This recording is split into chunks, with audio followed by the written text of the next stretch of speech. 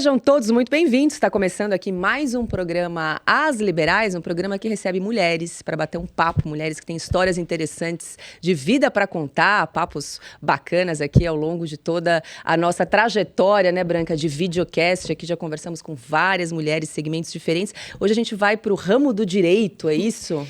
Pois é, a gente vai conversar com a advogada Ana Luísa Rodrigues Braga.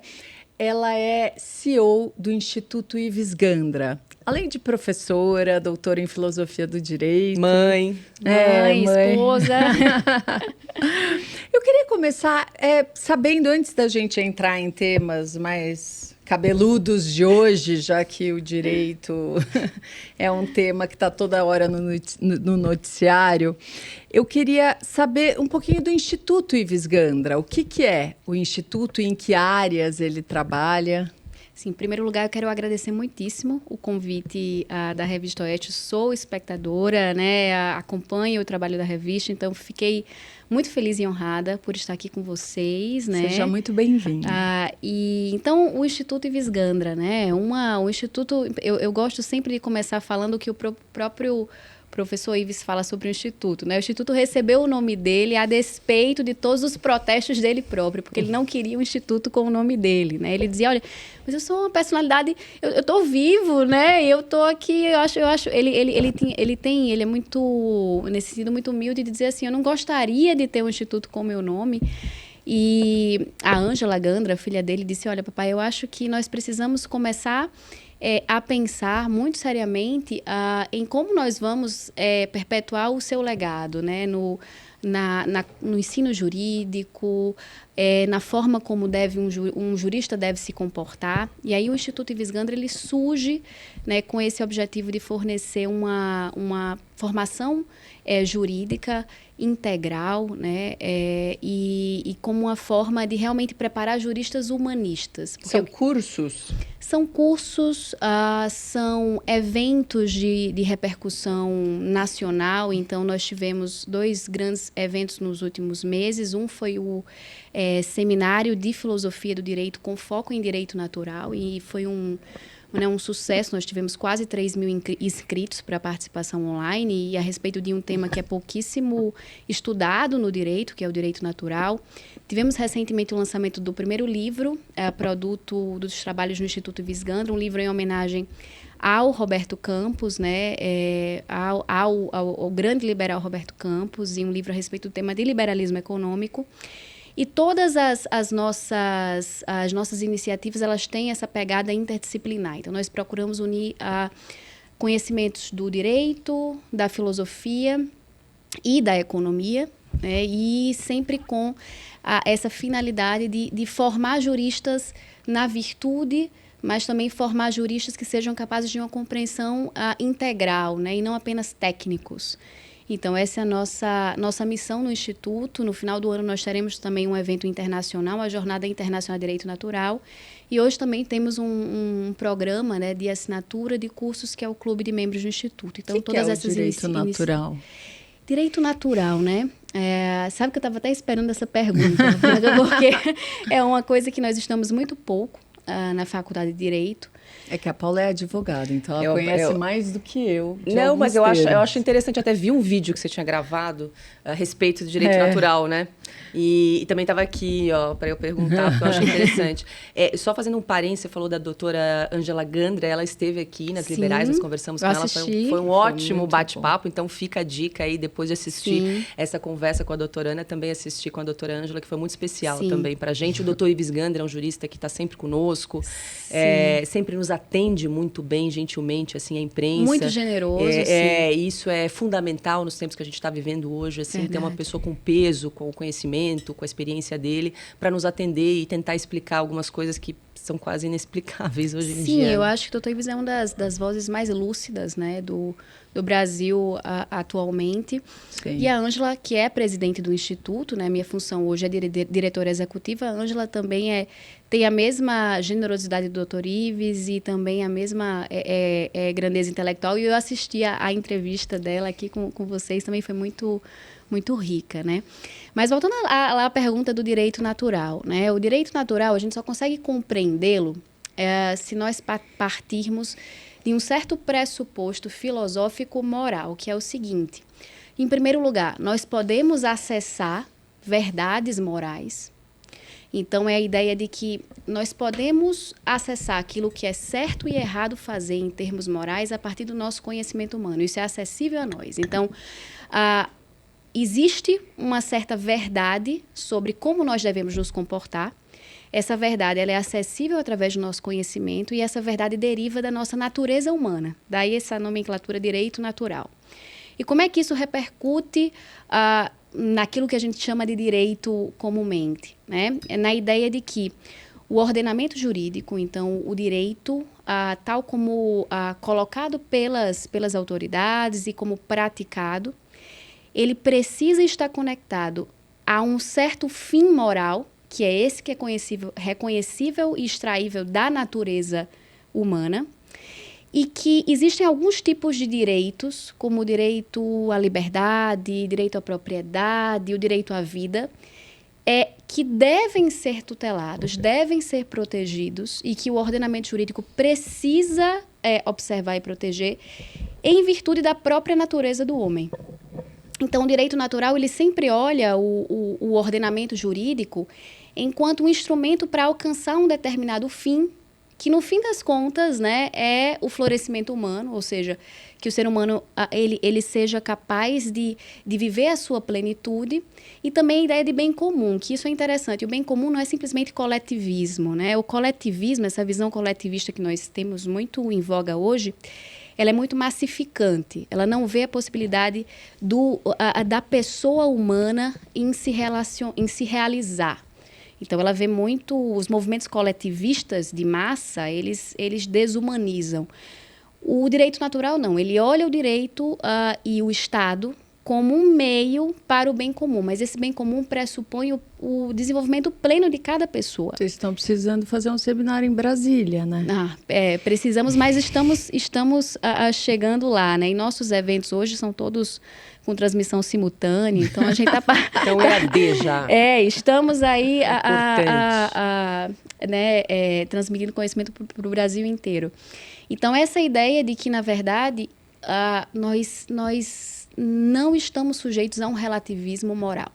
Existe uma verdade moral que ela pode ser alcançada, ela é alcançável por meio da nossa experiência, então nós podemos sentir isso na nossa vida, nós temos experiência que nós percebemos que a nossa plenitude humana foi alcançada e o direito deve estar atento a isso, sob pena de nós justificarmos as nossas tomadas de decisões jurídicas apenas com base na vontade da autoridade e apenas com base naquilo que seria arbitrariamente posto pelo legislador ou pelo juiz. Então, isso eu entendo que nesse nosso relativismo moral contemporâneo está a raiz... A gente está na era do relativismo moral, né? Sim. A era do relativismo, porque é a ideia de que a natureza humana, ela não existe nada dela, né, que possa ser extraído por meio da observação e do intelecto. Então, que todos os valores, portanto, e nossas tomadas de posição moral, elas estão sempre sujeitas simplesmente a um argumento, a um convencimento emotivista, no sentido de que, olha, eu vou convencê-lo por meio da minha retórica, por meio do meu apelo às emoções, mas nunca com base em uma percepção de verdade nesse sentido aristotélico, né? Que é a ideia de que o conhecimento, ele consegue acessar a verdade por meio da observação do mundo. Uhum. Então, o direito natural, ele resgata essa noção de que, por meio da natureza humana, eu tenho sim como extrair uma percepção do que é o ordenamento jurídico, de como um magistrado, por exemplo, deve se comportar, de quais direitos devem ser garantidos por um ordenamento jurídico. Então, isso é o direito natural e é algo que a gente tem perdido de vista absolutamente. Por quê? Porque exatamente em virtude desse relativismo moral, as nossas decisões morais, inclusive as decisões morais que estão sendo tomadas pelo judiciário, são pautadas em argumentos de tipo emocional, retórico e, sobretudo, com base numa certa arbitrariedade e agora, judicial. Até político-partidária, de alguma forma, né? Sim, por quê? Porque nós perdemos o nosso critério. Enquanto sociedade, a gente percebe uma perda de critérios objetivos de julgamento. Então, nós ficamos meio cegos em relação a como nós nos devemos nos comportar. E isso se reflete numa certa irracionalidade na forma como as decisões são tomadas a nível judicial. Doutora Ana, você, né, tudo isso e a importância disso é óbvia, né? E a gente vê o oposto, a gente está vendo o oposto disso. Como é? Você, eu vou te chamar de você, não Por dá favor. para chamar você de senhora, pelo amor de Deus. Não dá. Como é que é ver tudo que está acontecendo hoje em dia em Brasília com relação a todas essas decisões, essas arbitrariedades, esse autoritarismo? Nós estávamos conversando, né, Paula, que uma das coisas que de certo modo, me consola é exatamente essa possibilidade desse olhar filosófico, daí a importância da filosofia do direito sobre tudo isso que vem acontecendo. Então, o que eu consigo perceber hoje é que a crise pela qual nós passamos, ela é muito... E isso em si não é um consolo, tá? Consolo é saber identificar o problema. Agora, é muito angustiante perceber que o problema ele é muito maior do que a maior parte das pessoas percebe, né? O nosso problema hoje no judiciário, quando nós falamos, por exemplo, do ativismo judicial, né, quando nós vemos decisões irracionais que fogem completamente daquilo que nós entendemos que é razoável e que é o papel do Poder Judiciário, a grande raiz disso está exatamente nesse estado de irracionalidade, que é uma irracionalidade e uma arbitrariedade de tipo moral que precede o próprio direito. Então, quando nós perdemos os nossos padrões objetivos, por exemplo, do que são direitos naturais? O que são direitos naturais? São aqueles direitos que são devidos a todos os homens em virtude da sua natureza. Então, eu citava aqui, por exemplo, o direito à liberdade. Quando nós vemos decisões e a vida, quando a gente observa decisões judiciais que flexibilizam esses direitos a ponto de fragilizá-los e da gente se questionar se eles ainda têm algum valor dentro do nosso ordenamento jurídico, nós estamos vendo a perda de qualquer critério claro a respeito de quais são os valores que o direito deve, por sua própria natureza, proteger. Para a gente trazer um exemplo aqui, para ficar mais claro para quem está nos acompanhando. Vamos lá, um exemplo, o exemplo da liberdade de expressão, né? O que a gente percebe quando a gente fala de liberdade de expressão? Em primeiro lugar, é que todo ser humano, por sua própria natureza, ele busca o conhecimento das coisas. Ele busca compreender as coisas ao seu redor. A verdade é uma sede do ser humano. E a verdade, ela só pode ser alcançada quando as ideias circulam e quando elas são debatidas. Essa é a condição. E essas ideias podem ser boas ou ruins, né? Elas podem ser expressões mais agressivas ou menos agressivas, porque é assim que o ser humano é em alguma medida também, ele erra. Mas essa possibilidade do erro e da correção, que é uma necessidade para o pleno desenvolvimento humano, ela só pode se dar com a garantia de um direito chamado liberdade de expressão. Por isso que sempre que o Estado ele diz o seguinte, olha, eu vou aqui, né, no topo do meu pedestal, como está se propondo atualmente, vou aqui no topo do meu pedestal dizer o que é fake news e o que não é. E nesse sentido eu vou dizer que informação pode circular ou não. Quando ele faz isso, ele tolhe uma potência humana que é a capacidade de quê? de discernir o certo e o errado, de discutir esses temas em sociedade, de eventualmente reagir a um tipo de ideia que ele entende que não é adequada. É assim que, enquanto seres humanos, nós evoluímos, né? É assim que a gente encontra a verdade. Então, percebam que... então, quando você me pergunta como é que é enxergar isso, é perceber que o problema é muito anterior a simplesmente PL das fake news. É muito anterior a simplesmente dizer, olha, estou diante aqui de decisões arbitrárias. É entender que a raiz disso é uma cegueira em relação a como funciona, de fato, né, o ser humano, por exemplo, quando ele busca a verdade. Ele precisa ter uma troca de ideias, ele precisa que essas ideias sejam contrapostas. E é por isso que é angustiante perceber, né, como as nossas discussões elas estão num campo muito raso. Quando a gente discute liberdade de expressão, né, a pergunta é, olha, mas será que o Estado deve ou não, né, regular fake news? A questão não é essa. A questão é, será que as pessoas não têm capacidade, a sociedade civil e o ser humano não têm capacidade de, através de um debate de ideias livre, alcançar a verdade? E, então, esse é um exemplo muito, muito claro de uma repercussão, né, de uma reflexão justnaturalista em torno de como ela se manifesta nos fatos. Outro ponto muito interessante, né, o direito à propriedade privada. Existe um documento da Igreja Católica chamado Encíclica Rerum Novarum, uma carta papal, que apresenta a propriedade privada como um direito natural. De modo que, sempre que o ordenamento jurídico, sempre que o direito, ele tolhe a propriedade privada, ele está violando o direito natural. E a gente pode se perguntar, bom, mas por que a propriedade privada é um direito natural? Bom, a propriedade privada ela é um direito natural porque é próprio do ser humano, da natureza humana,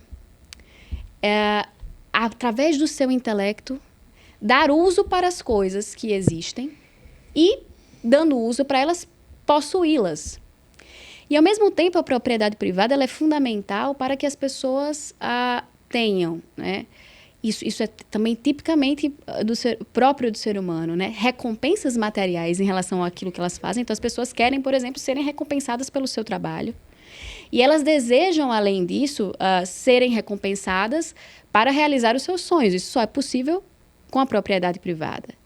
Quando o Estado nos diz assim, né, como ocorre em países socialistas, que a propriedade privada, né, ela é um mal, o Estado está sufocando toda essa potencialidade humana de desenvolvimento que advém exatamente dessa possibilidade da propriedade privada. Então, é aquela ideia, por exemplo, de que, olha, sempre que o Estado intervém na propriedade privada, ele está matando um pouco a iniciativa individual, ele está matando um pouco o senso de criatividade social, de empreendedorismo. É o que a gente chama da ideia do princípio da subsidiariedade. O Estado só deve agir quando for impossível a sociedade civil atuar. Mas e por que o Estado vai lá e coloca na Constituição que a propriedade precisa exercer a função social da propriedade? Que daí abre uma margem para uma interpretação. Sim. Que é, né, o que alguns utilizam para justificar a invasão de terra. Exato. A função social da propriedade, né, a ideia de que, de certo modo, ela provém de uma noção de bem comum, de que a propriedade deve servir ao bem comum, né? O grande problema é que esse termo função social da propriedade ele é muito elástico. Eu posso defender a ideia da propriedade privada, tendo em conta a noção de que a minha propriedade, eu no uso da minha propriedade tenho que fazer uso de um princípio de caridade, por exemplo, mas o Estado não necessariamente precisa estar intervindo nisso para que as pessoas possam ser caridosas em relação ao uso dos seus bens. Então, o problema de um termo como esse na nossa Constituição, função social da propriedade, é que ele é muito elástico, então ele pode ser utilizado né, como uma janela, uma porta que se abre para que o Estado intervenha além do que ele deveria na propriedade privada. Então, de fato, ele coloca isso e isso é muito fruto da nossa Constituição de 88, né? Nossa Constituição de 1988, ela é muito, do ponto de vista ideológico, ela é muito confusa. Porque, ao mesmo tempo em que ela protege o livre mercado, ela tem disposições a respeito da ordem econômica que favorecem uma perspectiva capitalista e de liberdade econômica, ela também é fruto de uma força ideológica que favorecia uma intervenção do Estado muito forte em diversas áreas da economia, da vida social. Então, é uma Constituição, por esse motivo, muito extensa, detalhista. E vejam, quanto mais extensa e mais detalhista for uma Constituição, maior necessidade do Poder Judiciário esclarecer, por exemplo, o que é a função social da propriedade. Maior necessidade do Poder Judiciário em ingressar na esfera privada dos cidadãos. E qual é o resultado disso? É o que nós estamos vendo hoje. É uma Constituição cheia de princípios, termos muito abertos. Cheia de direitos, cheia de direitos que, no fim das contas, isso é importante. Muitos deles não são direitos naturais.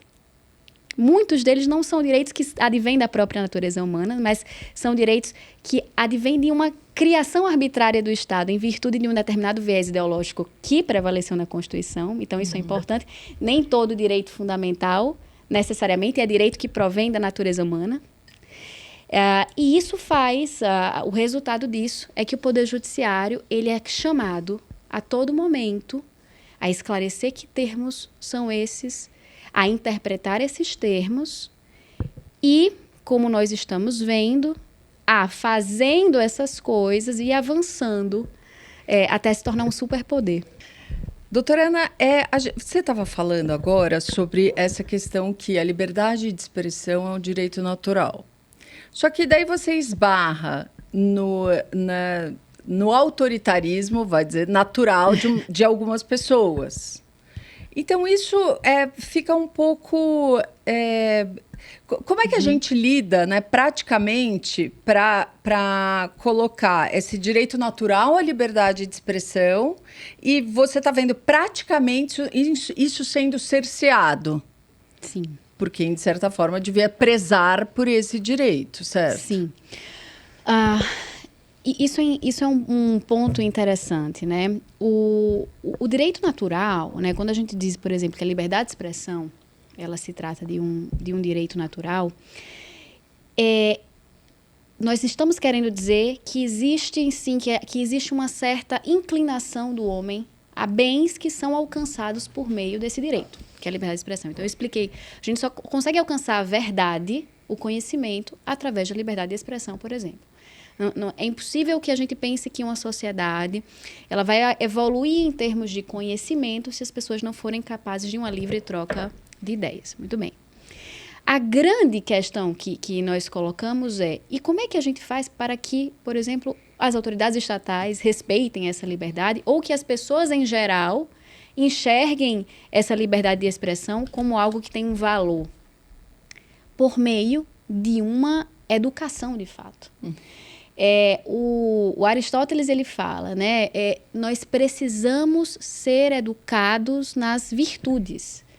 Alcançar o nosso pleno potencial enquanto seres humanos, enquanto sociedade, depende que nós passemos por um trabalho educativo. Mas qual é o nosso problema hoje? Nós passamos a faculdade de Direito inteira sem ouvir uma única reflexão a respeito do que significa, por exemplo, a justiça.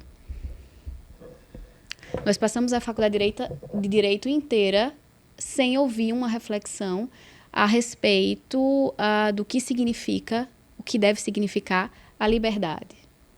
A gente passa a faculdade de Direito inteira sem refletir a respeito da importância de um valor como a propriedade privada.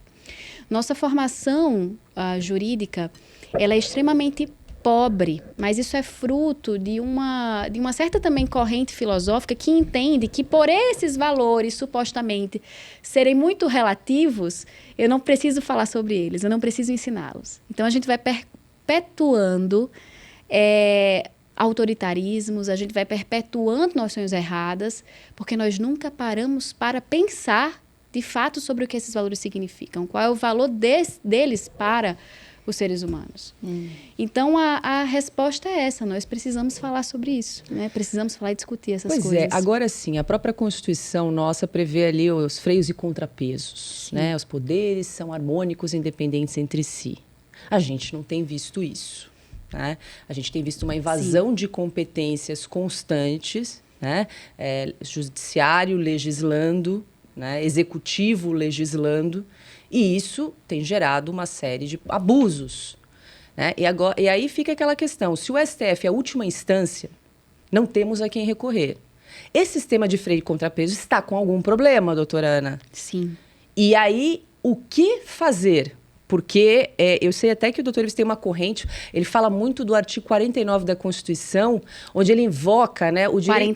49 da Constituição, competência do Congresso, a competência do Congresso para zelar pela sua competência, enfim, por toda vez que o judiciário usurpa a competência, invade para o legislativo, o doutor Ives ainda fala assim, olha, o legislativo tem obrigação de dizer, peraí, essa competência é minha de legislar. E isso não está acontecendo. Sim. E aí, como é que fica essa situação? A gente queria trazer até agora um caso recente, que é a cassação do deputado Deltan Dallagnol, né? Uma decisão do TSE, que vários juristas consideram esdrúxula, né? Absurda, porque ele não tinha nenhum processo administrativo em andamento quando ele pediu a exoneração do cargo de procurador, né? E é o que diz a lei. Sim. E, mesmo assim, teve a sua candidatura cassada, o seu registro cassado, 340 mil votos, mais de 340 mil votos. Sim. Né? Eu acho que não é nem o Deltan Dallagnol, que está em jogo aqui, o processo democrático também, né? Do sistema eleitoral. Sim. E aí, o que sobra para ele? Eu vou ter que recorrer ao TSE ou ao STF. 3 ministros do TSE são do STF. Quer dizer, ele já sai com 3-0 perdendo. Sim. E aí, como é que fica essa situação hoje em dia, assim? Como é que você vê isso?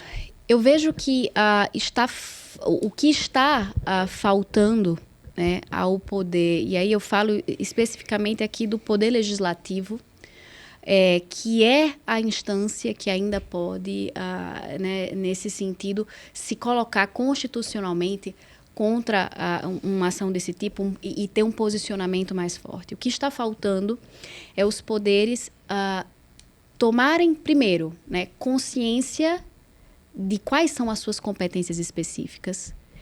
E isso só é possível, aí eu volto naquela questão, quando nós temos juízes na Corte Superior bem formados, deputados, né, e senadores bem formados no sentido de compreenderem qual é o seu papel dentro de um Estado democrático de direito.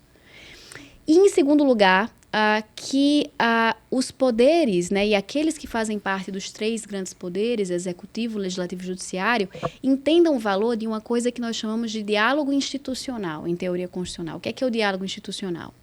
É a importância dos poderes compreenderem que cada um, dentro de um arranjo democrático, exerce um papel específico e que o exercício desse papel dentro dos limites estabelecidos constitucionalmente é o que garante a democracia.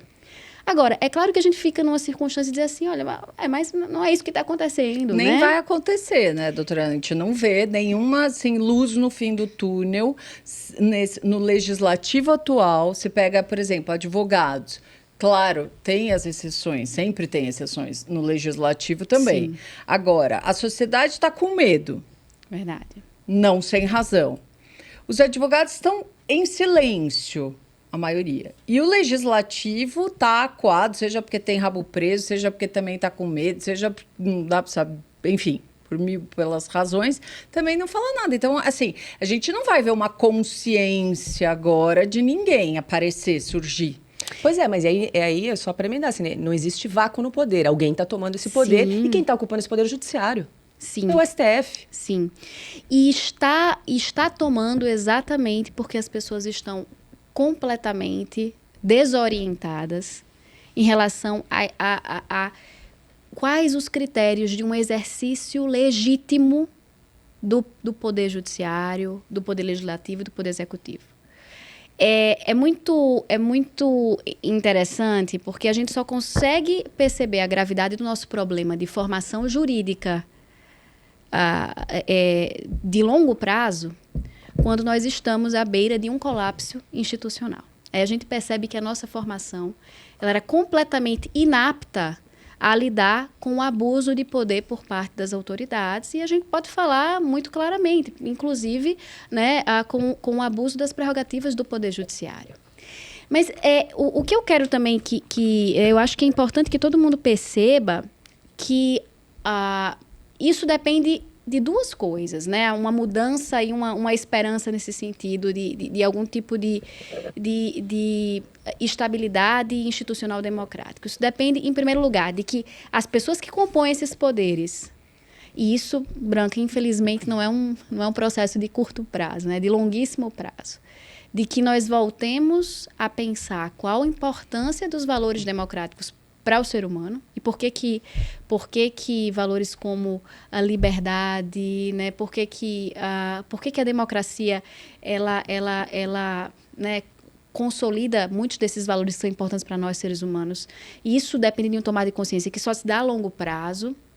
Mas eu, como professor, eu digo, olha, é muito alentador perceber como os nossos jovens eles têm se preocupado com isso e têm sido mais críticos, muito mais do que né, quando eu estava na faculdade, que não faz tanto tempo assim, mas o que eu percebo é uma mudança muito clara de como há uma tomada de consciência por parte dos atuais estudantes nesse sentido, e que eu tenho certeza que, e espero, que isso vai reverberar a longo prazo, mas também nós precisamos de uma mudança sistêmica. E quando eu falo de mudança sistêmica, a gente precisa repensar o nosso ordenamento jurídico a partir da Constituição também. A partir dos mecanismos que a Constituição traz para esse controle, e também a partir do fato de que a Constituição, como eu falei, ela dá muitos poderes em virtude do seu caráter excessivamente principiológico, extenso. Quando nós pegamos a Constituição, né? Eu vi até crítica à Constituição, já vi alguns vídeos, né? Mas você acha que ela deveria ser, que a gente deveria ter outra ou reformar essa? Doutora Ana segura na resposta que a gente vai para um rápido intervalo comercial e volta já já. A doutora Ana vai responder o que ela acha da nossa Constituição de 88, lá se vão 35 anos, 88. Vai fazer, né? Então segura aí. Olha só, você que está aí assistindo a programação da Revista Oeste, nós vamos falar de um dos produtos mais consumidos no Brasil, é o Ora Pronobis da Vita e Gold, que foi desenvolvido para você que sofre com dores no corpo por causa de artrite, artrose, reumatismo ou fibromialgia causada por inflamação ou desgaste nas articulações, é aquela famosa dor nas juntas, não é isso, Donato? É isso mesmo, e olha só, hein? Dor nas juntas hoje independe de idade ou do sexo. Tem gente que foca nos afazeres da casa, do trabalho e acha que conviver com a dor é normal. O que você não pode é se acostumar com a dor. Se você sente dor é porque tem alguma coisa errada e precisa ser tratado. O Ora Pronobis, que é uma planta completa, vai tratar o foco da sua dor. E o Ora Pronobis da Vita e Gold é super concentrado, tem procedência garantida e foi desenvolvido para atuar diretamente no foco da sua dor. Rapidamente você sente a diferença. E tem mais, Silvio. Além de tratar dores e desinflamar, o Ora Pronobis também consegue ajudar no controle de diabetes, colesterol e pressão alta. É rico em fibras e consegue ajudar a diminuir a absorção de sal, açúcar e gordura. 100% natural, tão poderoso que é usado para o tratamento de anemia e aumento da imunidade. E tudo isso concentrado em cápsulas para facilitar a sua vida. Agora, Donato, faz a melhor promoção que você puder. 70% de desconto para quem ligar agora e eu vou mandar de presente o colágeno tipo 2. Ligue agora 0800 291 1010. Bom, estamos de volta agora para a doutora Ana responder o que ela acha da Constituição de 88, se vale fazer uma nova constituinte ou reformar. Já estamos com mais de 100 emendas, Exato. né? Não sei se essa Exato. reforma que não para também é uma solução, enfim. Reformar, a nossa Constituição já é excessivamente reformada. Né? E é reformada exatamente porque no seu esqueleto, ela já, na sua base, ela já é problemática.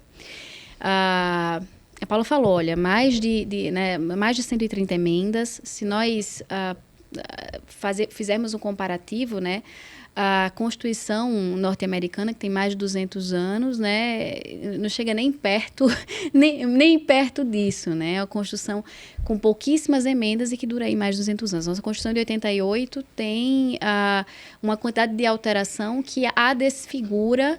Mas por quê? Porque ela é muito extensa, ela regula matérias que não deveriam estar ali. Eu gosto de citar para os meus alunos, olha, será que a Constituição tem que regular matérias como direito previdenciário? Qual foi a importância disso estar, né? O que o Constituinte pensou quando ele pensou isso? Olha, ele pensou, vou inserir aqui mais uma garantia social. Mas o problema é que a gente tem emendas sucessivas sobre essa matéria exatamente pelo fato de que essa é uma matéria que precisa ser constantemente revista à luz dos novos contextos sociais, do novo contexto econômico, do programa de governo de cada nova legislatura. Então, existe um problema que, a meu ver, ele só pode ser consertado quando nós passarmos a entender qual o papel de uma Constituição. E o papel de uma Constituição é de trazer as vigas, né, aquilo que são as pedras fundamentais do Estado Democrático de Direito. E isso não pode se dar com a Constituição excessivamente detalhista e prolixa, como é a nossa. Agora, o que eu percebo, Branca, hoje é que nós estamos passando por um processo de muita instabilidade política. E isso me preocupa no sentido de que eu não sei se este é um momento propício a uma alteração constitucional. Até porque melhor nós ainda deixar como tá. Estamos muito confusos em termos de valores.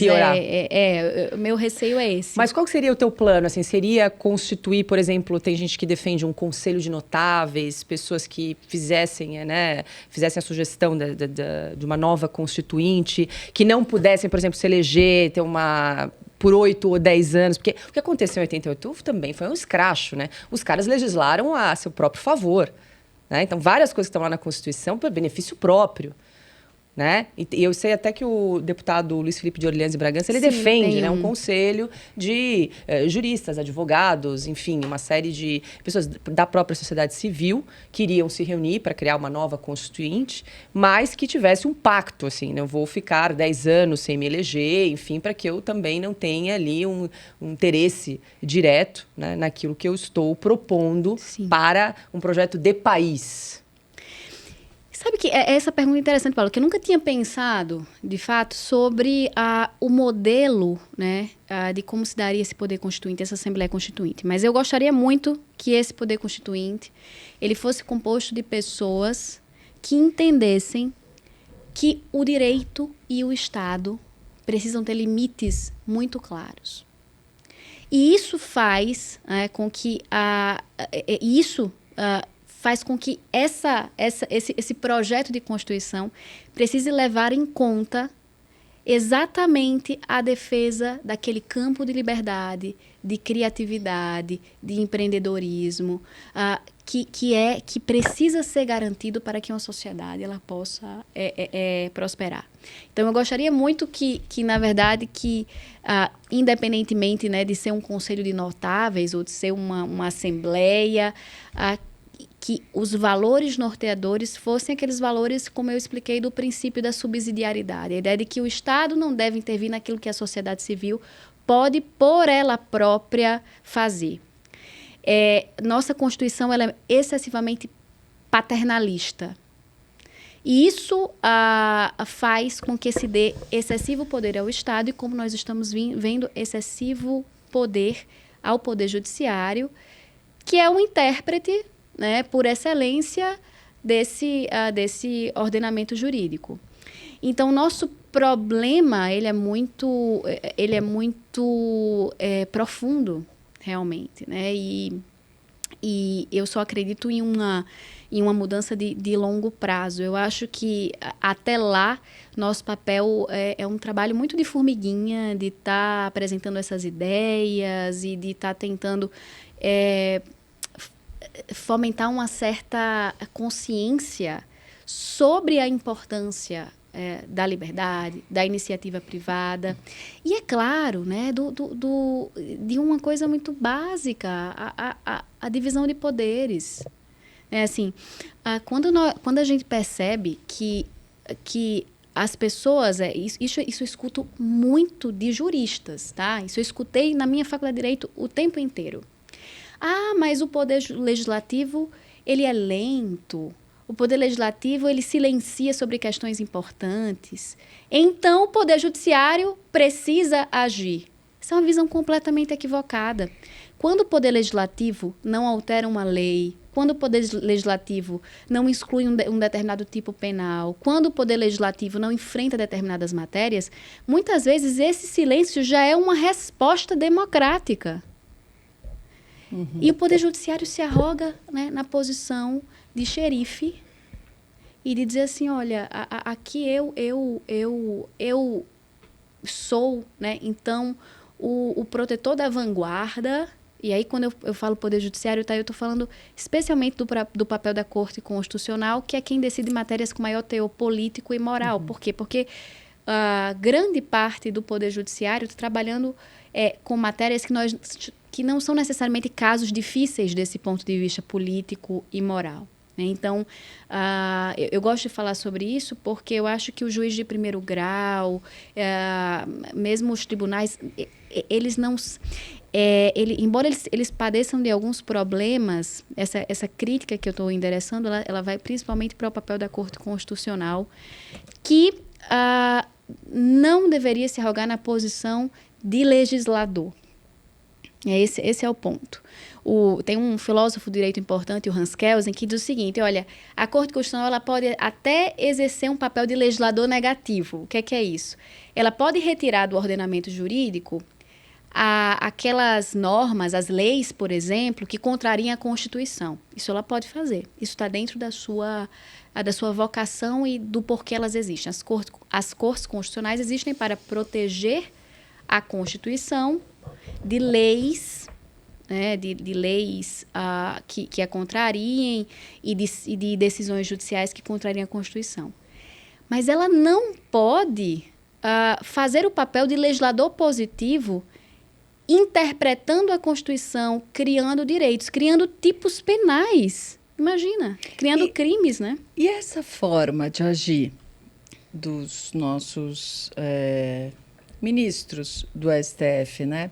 Isso começou quando? Quando que você percebe que houve essa forma de trabalhar legislando, né? Em vez de interpretar a Constituição? Tá.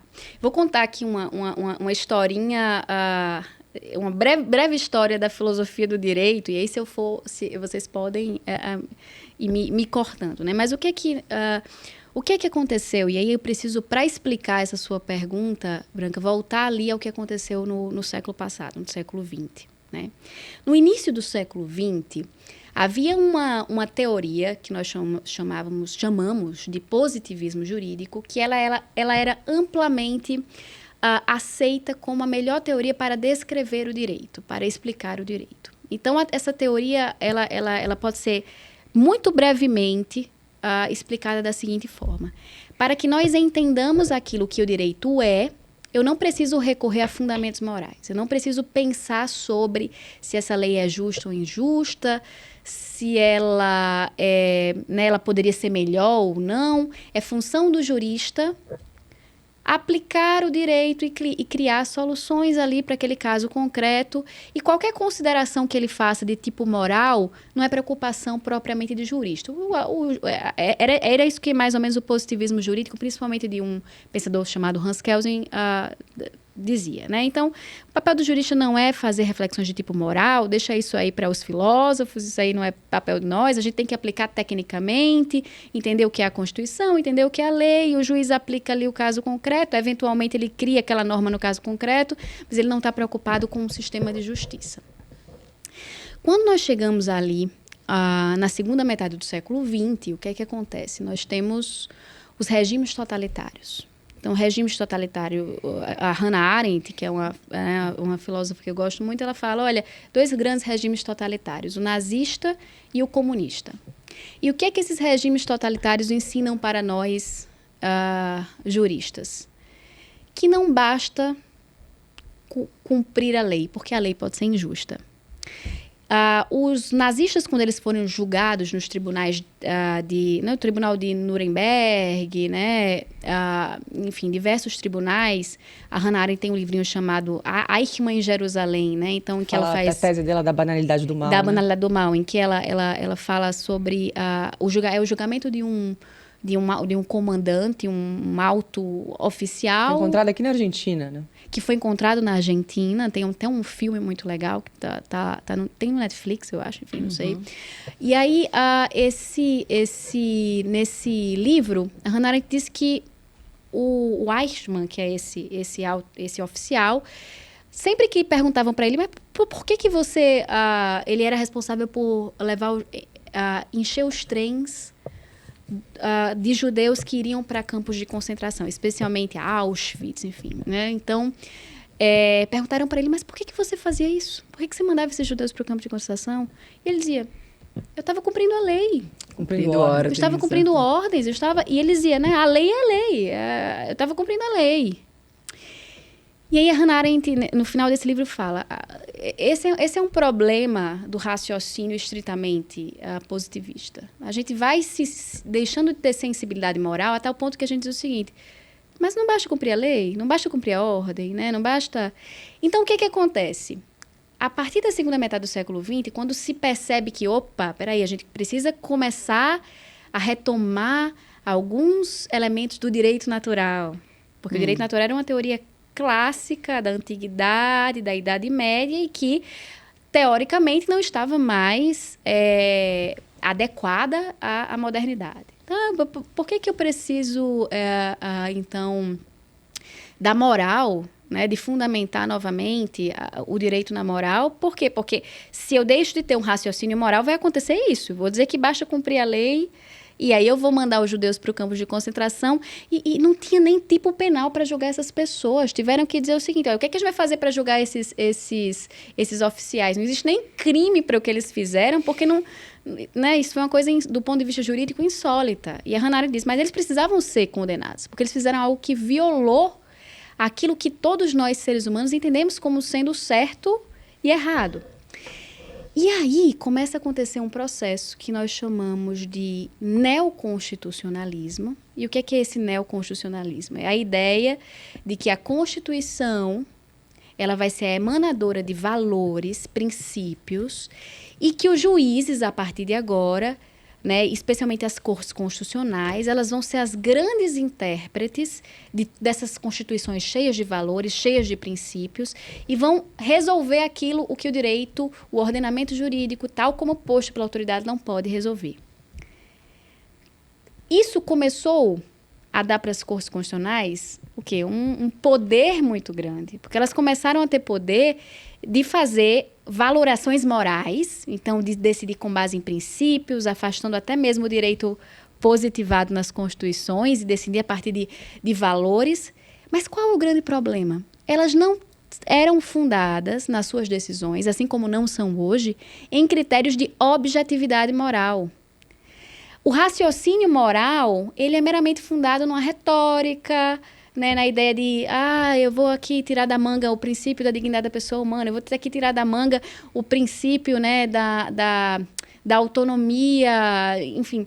Eu tiro da manga um monte de princípios para os quais nunca foi pensado um conteúdo fundado na natureza humana, concreto, porque a natureza, quando a gente fala de direito natural, a gente está falando de algo muito concreto, é algo que eu digo, olha, a vida é um valor, porque olha como nós vivemos, nós lutamos pela sobrevivência, né? Uhum. Mas eu começo a falar que dignidade da pessoa humana pode ser qualquer coisa, que direito fundamental pode ser qualquer coisa, né? Que liberdade também, né? Não, a gente pode excepcionar essa, né? Entender, interpretar isso de qualquer coisa, né? A gente viu recentemente uma ministra do STF dizendo que liberdade é não é um direito, né? A liberdade é um sentimento, né? Só que percebam, não existe um critério de verdade aí. Não é o intelecto que acessa essa verdade, né? Eu nunca parei para pensar sobre isso, né, nesse sentido. Então, os juízes começam a lançar mão de princípios das cortes constitucionais de valores. Por quê? Porque querem evitar aquele problema, né, de dizer que aplicam um direito excessivamente formalista. Nós não somos formalistas, né? No processo civil é o princípio da instrumentalidade das formas, né? Eu posso deixar de aplicar o processo com vistas a uma finalidade concreta, mas isso sem nunca ter pensado seriamente sobre o que esses valores significam, à luz da natureza humana. Então, o que é que nós temos? Uma completa irracionalidade, uma falta de objetividade moral, que faz com que a gente entre num processo de profunda insegurança jurídica. E é assim que a gente chega ao nosso estado atual. Então, é basicamente assim, né, que eu consigo enxergar nosso momento atual. Uma desorientação moral com uma tentativa de reaproximar o direito de algum tipo de fundamento moral, mas sem qualquer base na realidade.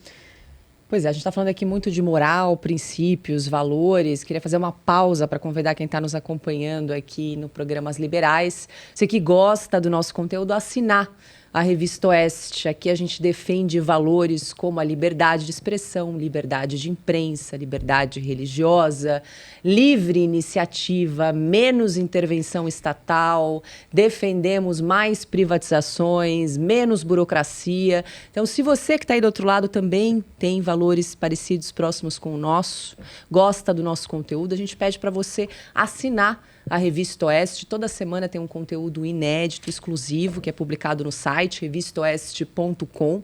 Para assinar, só entrar no site, revistaoeste.com/assine ou usar o QR Code que está aparecendo aqui do ladinho da tela ao longo de todo o programa aqui das Liberais. É só apontar a câmera do seu celular para esse QR Code. É um passo a passo muito simples para você que está aí nos acompanhando também se tornar um assinante. Lembrando que a gente não aceita publicidade estatal. Aqui não tem propaganda de Caixa Econômica, de Banco do Brasil, de nenhuma empresa pública. Então, o valor da sua assinatura ajuda a financiar todos os nossos jornalistas aqui, que são independentes desde o início, desde o primeiro dia aqui da Revista Oeste. Nós temos um pacto que nós firmamos com todos os nossos leitores desde o primeiro dia. Está lá no site, revistaoeste.com. Vai lá no menu, procura nosso pacto, escrito por ninguém menos que J.R. Guzzo, um dos grandes jornalistas do Brasil. E lá a gente coloca passo a passo, é um pacto que nós fazemos com todos vocês que estão aí. Então, se você concorda com esses valores, a gente pede aí o seu apoio para continuar a produzir aí um jornalismo de qualidade, independente, que isso é muito importante nos dias de hoje. A gente está falando aqui de liberdade, né? Valores, princípios, enfim. Agora, eu queria te perguntar, você acha que o Brasil tem muito advogado? Nós temos, acho que, a segunda maior população de advogados do mundo, se nós não fomos superados pela Índia. Tem uma faculdade de Direito em cada esquina, assim, né? Como é que você vê essa população de advogados, juristas, bacharéis em Direito, né? E que nós temos hoje no Brasil? E a qualidade dos cursos, né, também, que você falou que estava comentando no começo, que faltam matérias, né? O Instituto Ives Granda não tem graduação. Não tem graduação. Vocês não pensam em fazer uma graduação? Não, porque eu acho que a gente ganha muito com a liberdade que nós temos em fazer cursos livres e oferecer seminários, e em efetivamente nos tornarmos um think tank, né, nesse sentido de pensar e produzir academicamente sem estar tolhido por uma grade disciplinar, que é o que essas universidades sofrem muito também, né, com um certo modelo engessado. Mas temos, né, muitos advogados. O que eu percebo hoje é que são muitos advogados, mas poucos advogados, de fato, qualificados.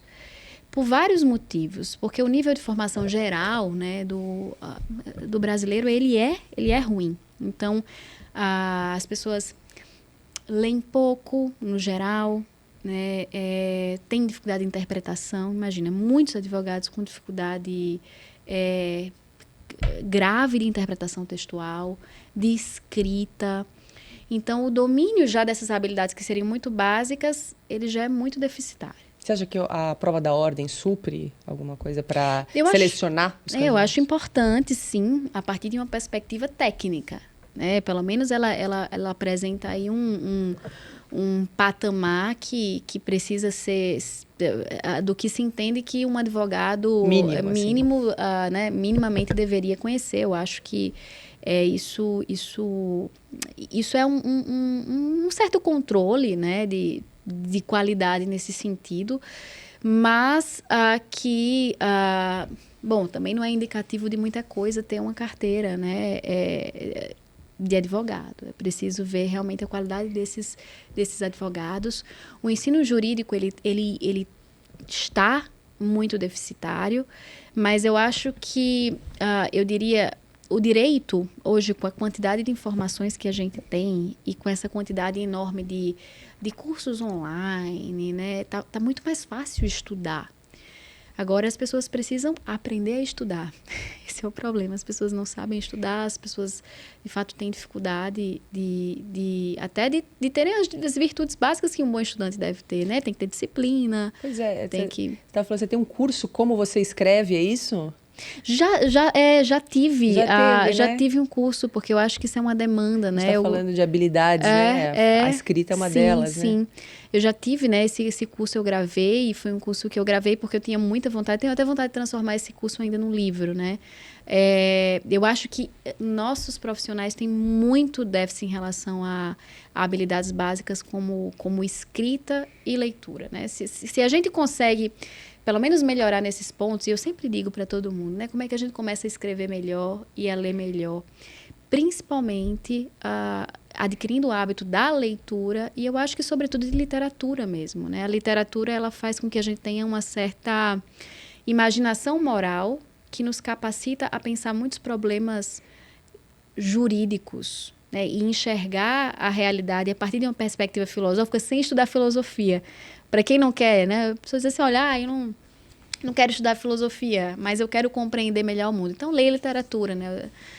Se a gente pega uma obra como, sei lá, Os Irmãos Karamazov, Dostoiévski, aquilo ali é reflexão filosófica aplicada, né? Você nem precisa estar estudando as teorias filosóficas para incorporar um raciocínio profundo sobre a realidade. Basta ler uma obra como aquela, ler os grandes clássicos. Então, eu acho que isso é algo que todo estudante de direito deveria fazer para melhorar o seu repertório.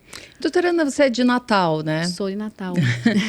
Quando que veio para estudar aqui em São Paulo? Como foi essa mudança para cá? Eu vim fazer mestrado aqui na Universidade de São Paulo. Né? A princípio, vim porque eu sempre tive muita muita vontade de enveredar pela carreira acadêmica. Mas enfim, na área de filosofia do direito que sempre me interessou, não havia esse mestrado em Natal. Então, eu vim fazer o mestrado aqui na USP, né, na São Francisco, aí emendei com doutorado, aí comecei a trabalhar e aqui fiquei, né? Meu plano era retornar, mas agora tô bem, tô tranquila aqui, tô bem adaptada, tô. O sotaque é o mesmo, né? O sotaque, ele não vai se adaptar, eu espero, mas estou bem adaptada.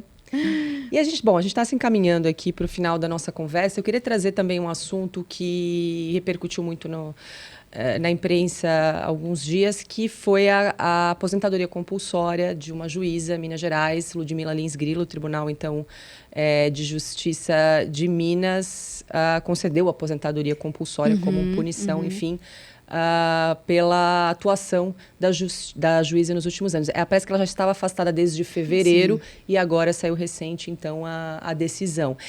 Eu te ouvi nesse sentido. Sim. E também uma coisa que a gente estava conversando antes do programa começar, que é mesmo essa... Acho que vale emendar aí, não sei se vai ter tempo de uma outra pergunta, mas essa existência no Brasil de uma casta privilegiada, não necessariamente no caso da doutora Ludmila, não estou falando, mas, enfim, a consequência disso acaba caindo nisso, né? Nessa existência. Sim. Eu não acompanhei, né, exatamente o procedimento administrativo que levou à aposentadoria compulsória, né, da doutora Ludmila. O que eu sei é que, O que eu acho, né? A gente vinha conversando sobre isso, né, Paula? É que existe um certo grau de liberdade, né, que só os profissionais liberais têm e que funcionários públicos em geral, exatamente pela liturgia do cargo, não possuem. Não estou nem entrando aqui, como eu falei, não conheço o procedimento, nem estou entrando aqui na discussão ideológica sobre se houve uma perseguição ou não. Mas o que eu percebo, e essa foi uma das razões pelas quais eu acabei não enveredando pela carreira, por não querer concurso público, é que os juízes, no geral, eles são muito tolhidos dessa liberdade, né, de se posicionar politicamente bom, nem sei se no caso da Ludmilla foi uma posição política ou se as posições dela eram fundadas em objeções de tipo jurídico, porque né, eu acho que há uma diferença fundamental aí. Mas... a discussão, ela dizia que sempre era no nível jurídico. E, na verdade, ela foi afastada dizendo que ela teria ali opiniões ideológicas, políticas em relação a determinados fatos, né? Sim. O que eu espero, né, agora é que a doutora Ludmilla tenha mais, de fato, a liberdade agora de poder expressar as suas ideias sem estar ali mais tolhida pela, como eu falei, por uma liturgia do cargo, que vejam, existem algumas coisas que são fruto, e isso é uma coisa que eu tenho muito claro, o nosso posicionamento público, nosso posicionamento nas redes sociais, né, eles dependem de uma certa opção de vida também. E eu tenho muito claro, né, que quando nós fazemos opções na nossa carreira, isso vai nos dar vai nos orientar sobre como nós devemos nos comportar, né, nessa nossa troca pública. E no caso específico da Ludmilla, eu acompanhava, né, a Ludmilla, gosto das análises dela, gosto muito do trabalho dela. Eu a achava muito ousada. Mas eu também entendo que existe ousadia na tomada de posições por parte de outras vertentes ideológicas. Eu não tenho muita certeza se as pessoas de outras vertentes ideológicas também sofreram um procedimento administrativo e uma punição, né, uma punição desse tipo. A Branca vem falando, olha, mas a aposentadoria compulsória parece mais, né, um prêmio. Um prêmio. O que eu acho é que existe Pode parecer um prêmio do ponto de vista remuneratório, sim, né?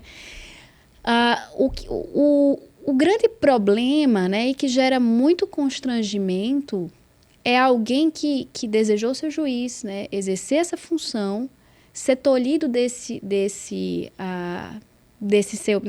seu labor, desse seu trabalho, em virtude de uma posição administrativa. Existe um alto grau também de constrangimento aí, que perpassa simplesmente a questão remuneratória.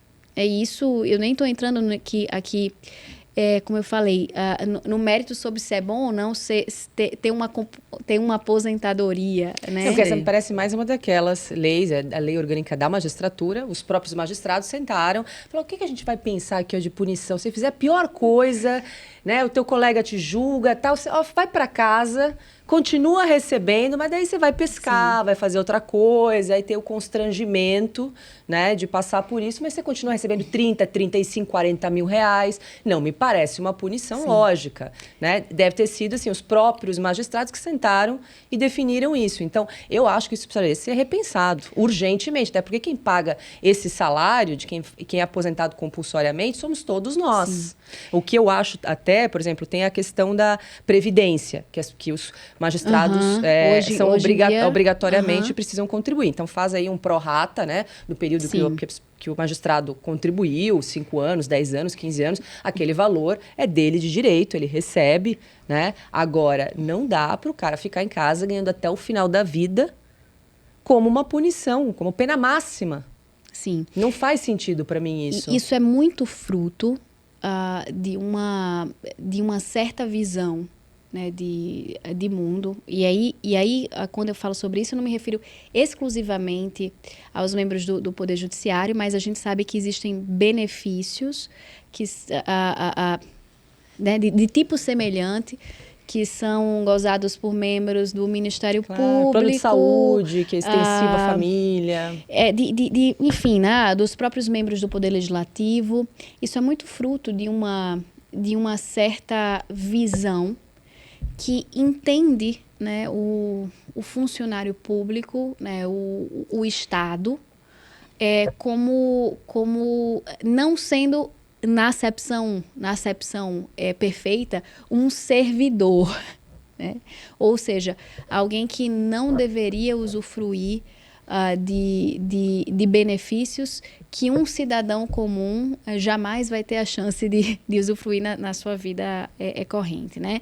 Mas isso é uma certa visão, de novo, que supervaloriza o papel do Estado e dá ao seu corpo, né, de servidores benefícios que as pessoas jamais terão. Isso também é fruto de um certo mindset, né, aí que está incorporado em todas esses benefícios, que de novo não são só dos membros do Poder Judiciário, mas de todos os outros poderes e de outras carreiras jurídicas também, né?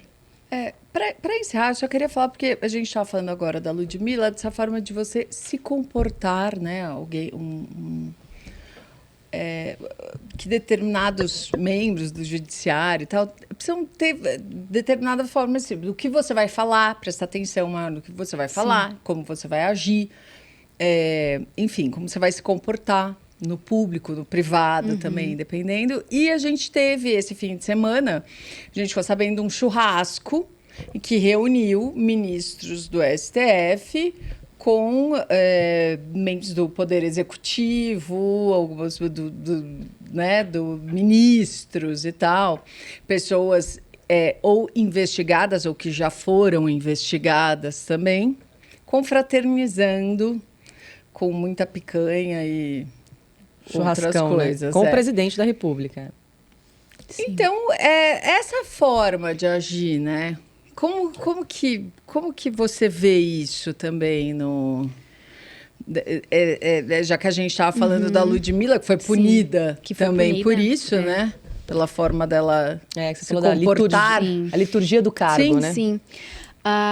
Existe uma certa visão que ela é muito propriamente interessante, ela é muito propriamente liberal, no sentido de que os vícios privados, né, não se comunicam com a sua função pública.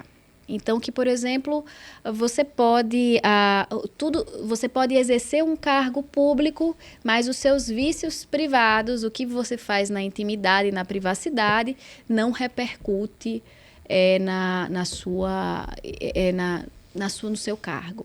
Isso é algo que é uma visão também incorporada na sociedade, no sentido de que cada um na privacidade faz o que quer, isso não tem repercussão pública mesmo. Então,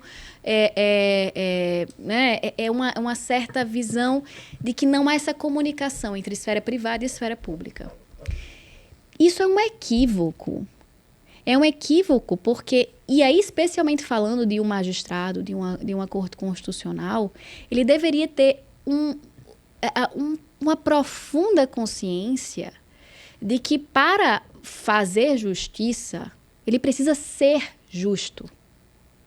E ser justo implica em uma série de ações, né, que resguardem essa virtude, né, da justiça. Então, ele precisa o quê? Ele precisa procurar assumir uma certa imparcialidade. Veja, se o STF, né, é o poder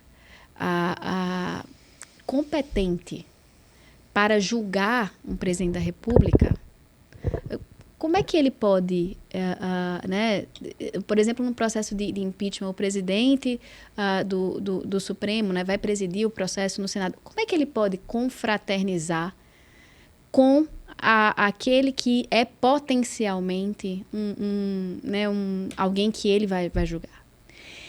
E isso, de novo, isso revela, em primeiro lugar, uma carência muito grande, tá? E aí, Branca, eu tô sendo muito... Eu nem tô entrando no muito polida, no sentido de que eu nem tô entrando na especulação das intenções políticas ou morais daqueles indivíduos específicos. Eu tô fazendo aqui uma especulação do tipo filosófico de dizer, olha, mas não, eu na minha função de juiz, de tribunal constitucional, de ministro, eu estou ali muito apartado daquilo que eu faço na privacidade. Isso não é possível. Isso simplesmente é uma impossibilidade. Por quê? Porque o sujeito que é ministro, ele é aquele mesmo sujeito que estava no churrasco. Né? Então, a gente é esperado, e a população precisa ver a vida privada desses ministros como algo limpo. Porque isso repercute na confiabilidade institucional do Supremo Tribunal Federal. E é por isso que a gente, se a gente acompanha, por exemplo, as eleições presidenciais nos Estados Unidos, lá é muito comum que eles comecem a expor muito, né, a vida privada dos candidatos. Aí você pode perguntar, mas isso é relevante? Bom, é claro que é relevante. É claro que é relevante, porque isso diz quem essa pessoa é. E quem essa pessoa é vai dizer como ela vai ocupar aquele cargo específico. Então, ainda, né, se a gente fizer uma suposição que muito benéfica, benévola, ainda que a gente entenda que não existe nenhum tipo que eles poderiam estar exercendo seu cargo de ministro, a parte da sua vida privada, no mínimo, há um desrespeito muito grande à população em relação à expectativa de como eles deveriam se comportar pela posição institucional que eles ocupam. Isso vale para qualquer pessoa, né? A gente falava sobre aqui, para qualquer pessoa que exerça um cargo público relevante. Então, é uma questão no mínimo, de sensibilidade e bom senso. Mas existe um certo problema na forma como as pessoas, em geral, né? Como eu falei, eu fico um pouco perplexa em ver como os meus colegas juristas, muitos deles, em virtude da sua posição ideológica, acham que isso é algo normal, né? Ou acham que isso é algo aceitável. E não percebem que, na verdade, nós estamos enfraquecendo as nossas instituições. As pessoas vão ficar cada vez mais descrentes do Supremo Tribunal Federal, o que é uma pena, porque nós precisamos das cortes constitucionais. Elas exercem um papel institucional importante. Então, e aí depois a gente tem os juristas perplexos, fazendo aí cartas, né, em defesa do Supremo Tribunal Federal, mas sem compreender que nós precisamos, de novo, repensar o que é que significam as virtudes do juiz, o que é que significam as virtudes daqueles que exercem cargos públicos e por que as pessoas precisam enxergar. Vejam, eles não apenas precisam ser justos, eles precisam parecer justos. Isso faz parte do que é esperado pelas instituições que eles representam. Isso é uma opção de vida, né? A gente sabe que quem está numa posição de destaque tem responsabilidade perante a sociedade. Isso é o esperado. Voltamos a conceitos e princípios ali do direito natural, né, Sim, doutora Ana? Fizemos verdade. Um círculo, assim, é verdade. Voltamos. Olha só, tá em tudo, né? Isso foi ótimo. Bom, adoramos aqui, o bate-papo foi ótimo. Muito obrigada. Eu que agradeço. Por estar aqui conosco. Várias reflexões interessantes. A gente já viu que temos um longo caminho aí a percorrer, né? Mas não podemos perder a esperança. Sim, nunca. E eu acho que o caminho mesmo como eu falei, eu acho que o caminho passa pela educação. E isso parece meio clichê, né? A gente escuta muito isso. Mas educação. É que passa. Mas então, é que passa. Porque é verdade, é real, né? E esses momentos de crise nos possibilitam refletir muito seriamente sobre de onde nós estamos partindo. Por isso que nesse sentido, eu sou uma pessoa otimista. Eu acho que as crises, elas sempre precisam nos impulsionar a tentar repensar, né, as nossas condutas e os nossos pressupostos. Então, espero que a gente consiga fazer isso aí nas próximas décadas, pelo menos. É isso aí. Bom, para você que está nos acompanhando, chegou aqui até agora, a gente pede para você se inscrever no nosso canal da Revista Oeste, no YouTube, também na plataforma Rumble. Não esqueça de deixar o seu like, o seu joinha, para a plataforma entender que você gosta do nosso conteúdo e poder recomendar outros conteúdos aqui da casa, aqui da Revista Oeste. Também não esqueça de ativar as notificações e o sininho, que fica ali do lado para você também receber os alertas com toda a programação aqui da Revista Oeste. Lembrando que além das liberais, nós também temos o Estúdio Oeste, o Oestecast e o nosso programa diário, Oeste Sem Filtro, que vai ao ar sempre a partir das 5h45 da tarde, com assuntos de política e economia. Então, não para, assunto assim que todo dia é uma novidade. Então, a gente espera você. Muito obrigada pela sua companhia, pela sua audiência. Até a próxima.